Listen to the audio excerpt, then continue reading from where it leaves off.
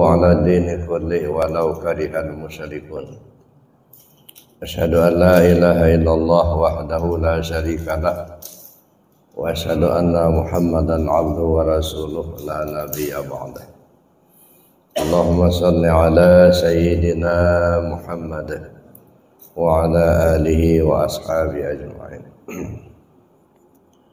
قال الله تعالى في القرآن الكريم أعوذ بالله من الشيطان الرجيم بسم الله الرحمن الرحيم وإذا استسقى موسى لقومه فقلنا اضرب بعصاك الحجر فانفجرت منه 12 عينا قد علم كل أناس مشربهم كلوا واشربوا من رزق الله ولا تعثوا في الأرض مفسدين Sadaqallahul Azim. Dan ingatlah ketika Musa memohonkan air untuk kaumnya, lalu kami berfirman, pukullah batu itu dengan tongkatmu, lalu memancarlah darinya 12 mata air. Sungguh tiap suku telah mengetahui tempat minumnya masing-masing. Makan dan minumlah rezeki yang diberikan Allah, dan janganlah kamu berkeliaran di muka bumi dengan berbuat kerusakan. Shadaqallahul Azim. Yang saya hormati pengurus Masjid Nur Said beserta jajarannya, dan yang saya hormati Bapak para pimpinan sepuh, Bapak Ibu para jamaah rahimakumullah. Alhamdulillah, bersyukur kita kepada Allah Subhanahu wa taala pada pagi hari ini kita diberi Allah kesempatan untuk melaksanakan salat subuh secara berjamaah. Mudah-mudahan amalia ibadah kita mendapatkan ridha dari Allah Subhanahu wa taala. Amin Allahumma amin. Bapak Ibu, kita sudah membahas berbagai materi tentang tauhid. Tapi memang yang perlu kita bahas, kita kaji ulang supaya tauhid kita betul-betul sempurna. Karena tauhid ini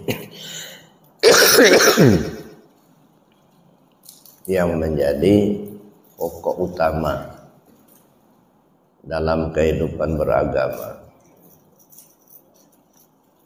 sehingga apapun yang bertentangan dengan tauhid maka harus kita hindarkan, baik ilmu, amalan maupun budaya dan lain sebagainya. Kalau sudah bertentangan dengan tauhid harus kita tinggalkan. Karena tauhid inilah yang menentukan.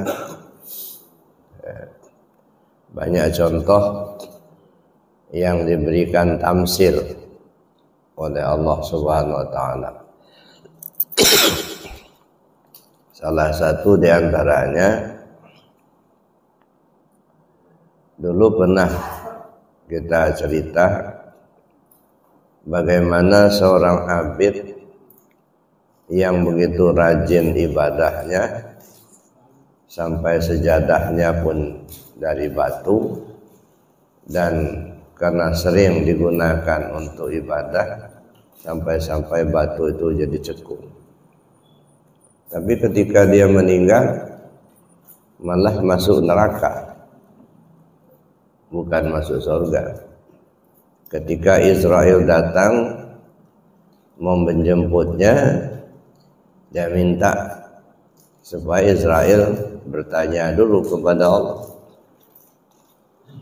apakah kalau saya sudah mati nanti, katanya, surga tingkat berapa tempat saya. Jadi sudah mengklaim seolah-olah sudah nyaman duduk dalam surga. Ya. Allah Maha tahu, lalu dijawab oleh Allah, tempatmu neraka tingkat 7. Ya. Kita bertanya-tanya, kenapa orang yang sudah sedemikian banyak ibadahnya sampai sejadah batu pun sudah jadi cekung, kok bisa tempatnya neraka tingkat 7, bukannya surga tingkat 7. Tapi sebaliknya, Nasuha yang sudah membunuh sebanyak 100 orang, maksiatnya banyak, judi, maling, itu pekerjaan harian. Tapi ketika dia mati malah masuk surga. Nah, ini di mana sebenarnya persoalannya? Kok bisa orang rajin ibadah bisa masuk neraka, orang banyak maksiat kok bisa masuk surga? Kalau orang yang nggak paham, mungkin akan membuat dia frustasi. Ngapain ibadah terus, katanya, kalau pada akhirnya mau masuk neraka. Nasi nasuha banyak maksiat kok bisa masuk surga. Disinilah Bapak Ibu peran daripada tauhid itu. Ya, si abid bertanya kepada Allah, ya Allah, kenapa saya masuk ke dalam neraka? Padahal saya beribadah yang banyak. Dijawab oleh Allah, kamu itu beribadah bukan karena aku, tapi karena surgaku. Nah, jadi artinya akidah tauhidnya itu ya enggak sempurna. Ibadah lahirnya bagus, tetapi akidah di dalamnya itu rusak. Syirik, nah ya, masih syirik. Jadi amaliyah syariatnya bagus, tapi akidahnya syirik, tidak duduk di akidah tauhid. Ternyata amaliyah yang banyak itu ditolak, maka dia masuk ke dalam neraka. Nah, kenapa si nasuha yang banyak maksiat kok bisa masuk surga? Lahirnya dia banyak maksiat, tetapi di batinnya dia hanya taunya Allah. Nah, dia tidak bergantung ke yang lain, dia gantungnya ke Allah aja. Artinya itu mengisyaratkan akidahnya akidah tauhid, walaupun amalnya banyak yang maksiat. Nah, disinilah Bapak Ibu yang saya hormati, yang perlu kita cermati. Di satu sisi amaliyah lahirnya bagus, tapi akidah tauhidnya rusak, maka dia masuk neraka. Di sisi yang lain, amaliyah zahirnya banyak yang rusak, tapi akidahnya benar, maka dia masuk surga. Itu artinya yang utama itu adalah akidah tauhidnya itu. Makanya saya katakan, apapun ilmu, apapun amal, apapun budaya, kalau sudah bertentangan dengan akidah tauhid, itu harus kita tinggalkan. Karena tidak akan bernilai yang lainnya itu kalau akidah tauhidnya rusak. Nah, oleh karenanya Bapak Ibu yang saya hormati, nah, kita perlu untuk memperbincangkan lebih dalam tentang akidah tauhid ini. Banyak ayat-ayat Al-Quran yang menjelaskan kepada kita baik secara isyarat maupun secara langsung tentang akidah tauhid ini. Kalau secara langsung itu jelas qul huwallahu ahad, Allahus samad, lam yalid wa lam yulad wa lam yakul lahu kufuwan ahad. Itu secara langsung itu menjelaskan Allah itu esa. Ya. Tetapi ada ayat-ayat yang tidak secara langsung menjelaskan tentang tauhid, tetapi secara isyarat itu menjelaskan tentang tauhid. Misalnya ayat yang bercerita tentang Nabi Musa alaihissalam ketika meninggalkan kaumnya di satu waktu, lalu dia kembali kepada kaumnya setelah berpergian. Didapatinya kaumnya itu sudah menyembah anak sapi, ya, patung anak sapi, di mana yang disebut dengan ijlah, ya qaumi qad zalamtum anfusakum. Wahai kaumku, kata Nabi Musa, kamu sungguh telah menzalimi diri kamu sendiri.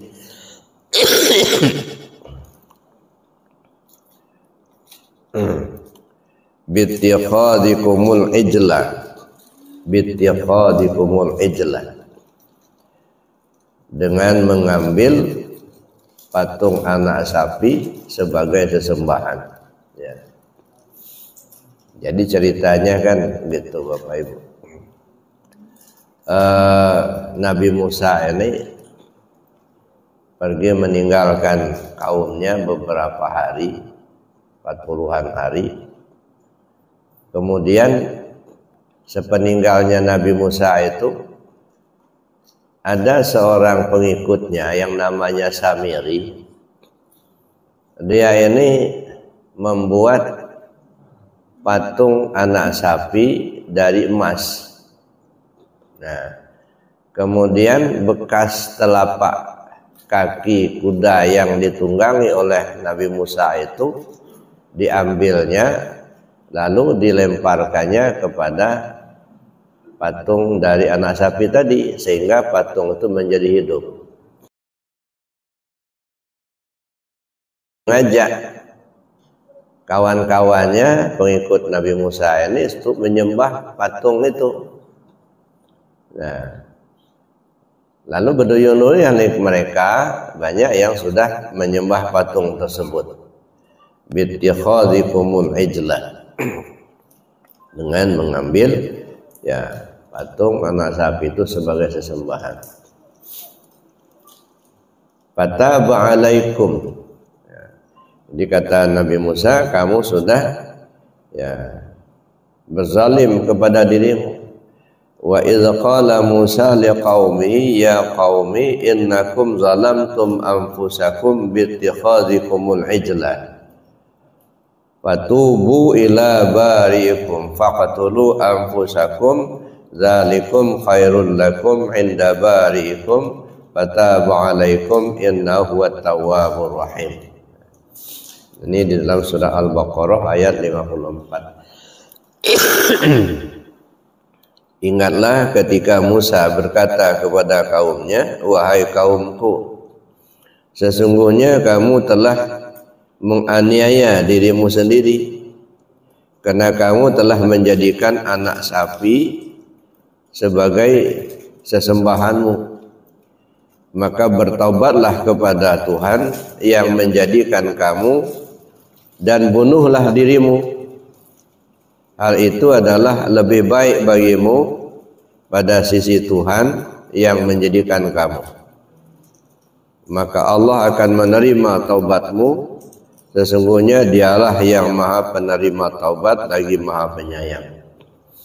Ini kan kisah ya. Jadi Bapak Ibu yang saya hormati, Al-Quran itu pertama perlu kita pahami bahwa Al-Quran itu adalah hudan linnas, petunjuk buat manusia. Itu satu.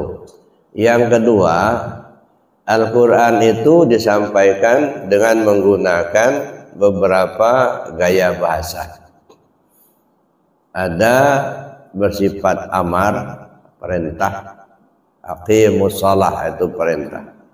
Ada yang bersifat nahi, larangan, la taqrabuz zina itu larangan. Ada yang bersifat insya'iyah, harapan. Ya. Rabbana la tuzigh qulubana ba'da idh hadaitana dan seterusnya. Ada yang sifatnya khabariyah, cerita. Banyak ada cerita Nabi Musa membelah laut, ada cerita Nabi Musa memukul tongkatnya, memukulkan tongkatnya ke batu. Cerita tentang yang ini ya, kaum Nabi Musa menyembah patung. Ada cerita Ashabul Kahfi dan lain sebagainya, termasuk cerita Isra Mi'raj. Ada yang sifatnya wa'ad dan wa'id, janji baik dan buruk. Apapun modelnya, semuanya itu adalah huda, petunjuk. Ya. Nah, saya pikir inilah yang paling pokok, menemukan petunjuknya itu, sehingga kita bisa terapkan dalam kehidupan kita. Jangan hanya sekedar kita melihat sebuah cerita tanpa kita mengambil pelajaran dari sebuah cerita itu. Nah, disinilah Sultan Aulia mengatakan bahwa Al-Quran itu punya makna yang berlapis-lapis. Ya, semakin dalam kita pahami, semakin bermakna bagi kehidupan kita. Nah, kalau kita hanya memahaminya secara zahirnya saja, secara dangkal, ya mungkin kita hanya melihat sebuah cerita seperti ayat ini tadi. Tapi ketika kita telusuri ya melalui pemahaman, Masya Allah, itu luar biasa. Ya.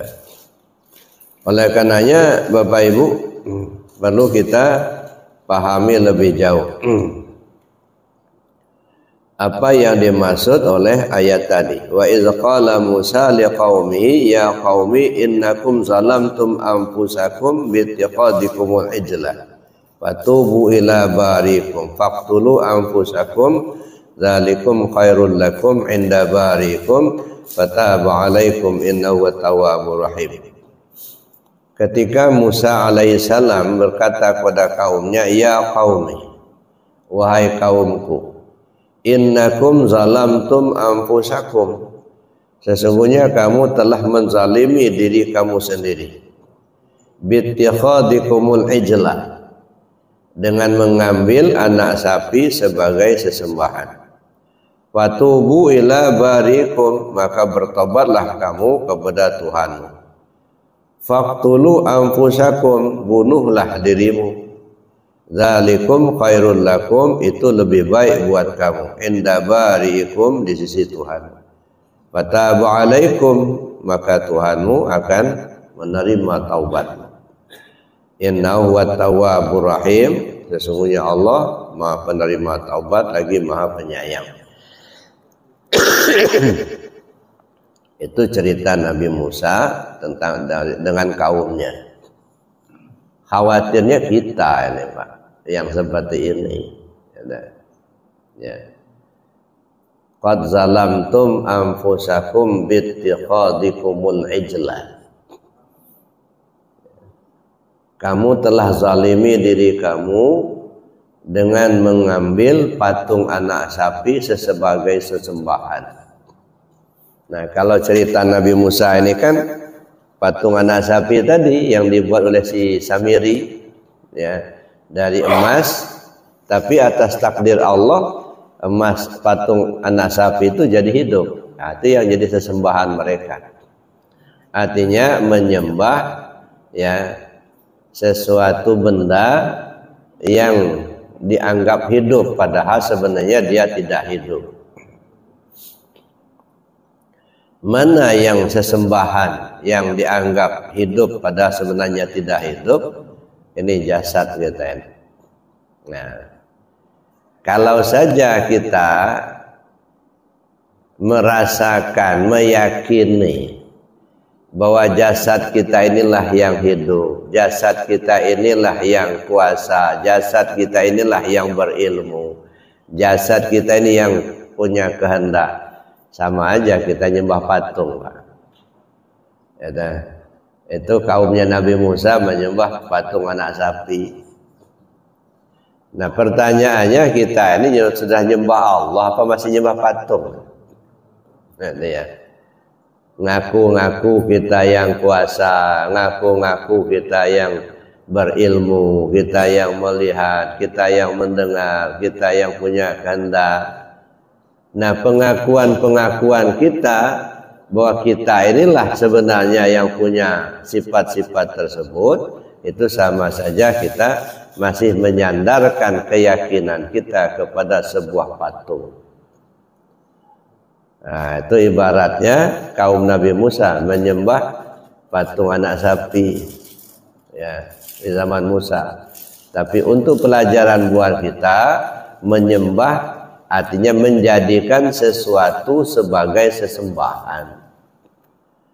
Nah, kita lagi menyembah tubuh kita ini, bukan menyembah Allah.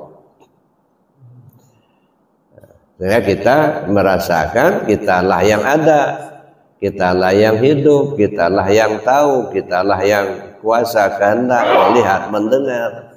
Nah, kalau semacam itu pikiran dan pemahaman kita, itu artinya kita masih menyembah patung.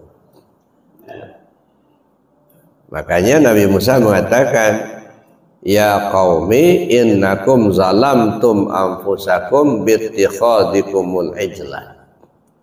Wahai kaumku, kamu telah menzalimi diri kamu sendiri dengan mengambil anak sapi itu sebagai sesembahan.